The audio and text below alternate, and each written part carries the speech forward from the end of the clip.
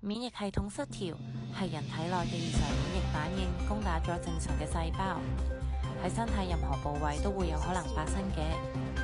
常見嘅症狀包括咗輕度發燒或者係感覺疲倦。所謂嘅異常免疫能力，即係仍有為理，將自己身體本來唔係屬於病毒或者細菌，而家都會將佢當成係病毒或者細菌嚟攻擊，希望將佢驅出體外，咁樣會造成咗唔正常嘅過熱反應，或者係傷害咗啲身體組織，繼而影響身體嘅健康。而今日主角阿 Man 就係一個活生生嘅例子。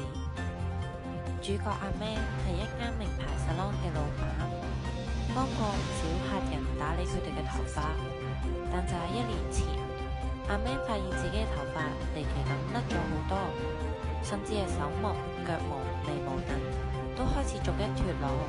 1年前嗰陣咧，咁就突然之間咁啲頭髮啊甩得好犀利，唔單止頭髮，全身嘅毛髮都逐漸稀薄同埋好少咯。咁啊唔知咩事都去睇嘅醫生啦，睇西醫啊，睇中醫。咁開頭咧就好多都答我唔到，唔知發生咩事。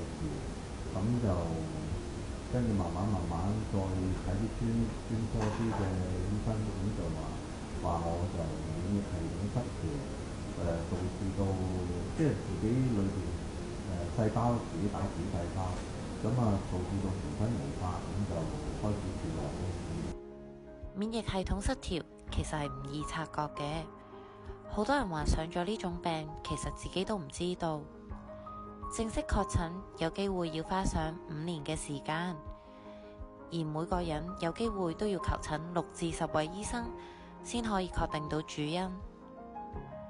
因為呢啲系統失調嘅症狀又模糊又唔一樣。西醫就話要食抗生素啦，咁中醫咧就用翻佢嘅方法去處理啦。咁我就建議自己就選擇咗就中醫咯，比較自然啲咯。免疫系統失調除咗令阿 Man 甩頭髮之外，仲為佢帶嚟咗唔少嘅困擾。係啊，冇錯啊，即係甩完頭髮之後，開始又覺得個頭皮咧有好多油、好多瘡，好煩啊嗰陣時。哇，好肉酸咯，唔好睇咯，咁搞到日日都要大帽去遮住佢，咁啊完全冇晒辦法。咁啊後尾咪經過朋友介紹，上 Hair Factory 就做一個療程咯。就係咁，阿 Man 就去咗 Hair Faculty 做咗一系列嘅療程。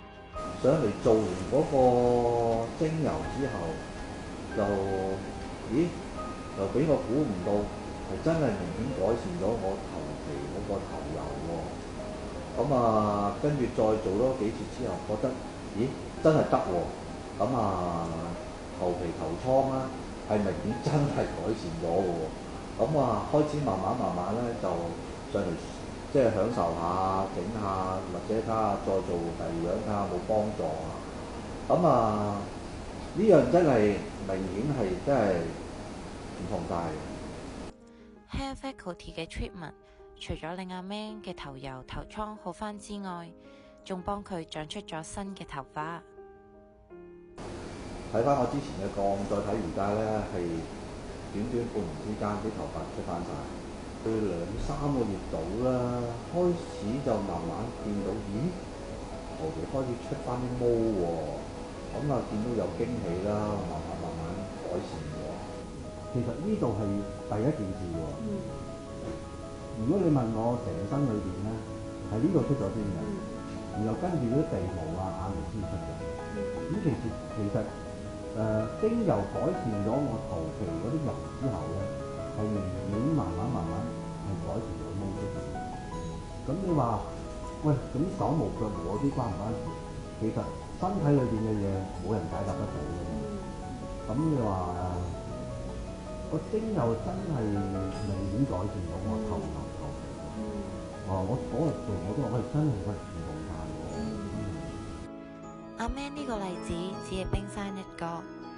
香港人嘅生活壓力大，可以減壓嘅地方又缺乏，令到好多人身體變差咗，自己都唔知道。香港人不如嘗試放鬆自己，放鬆心情，聆聽自己嘅身體需要，尋求合適嘅治療。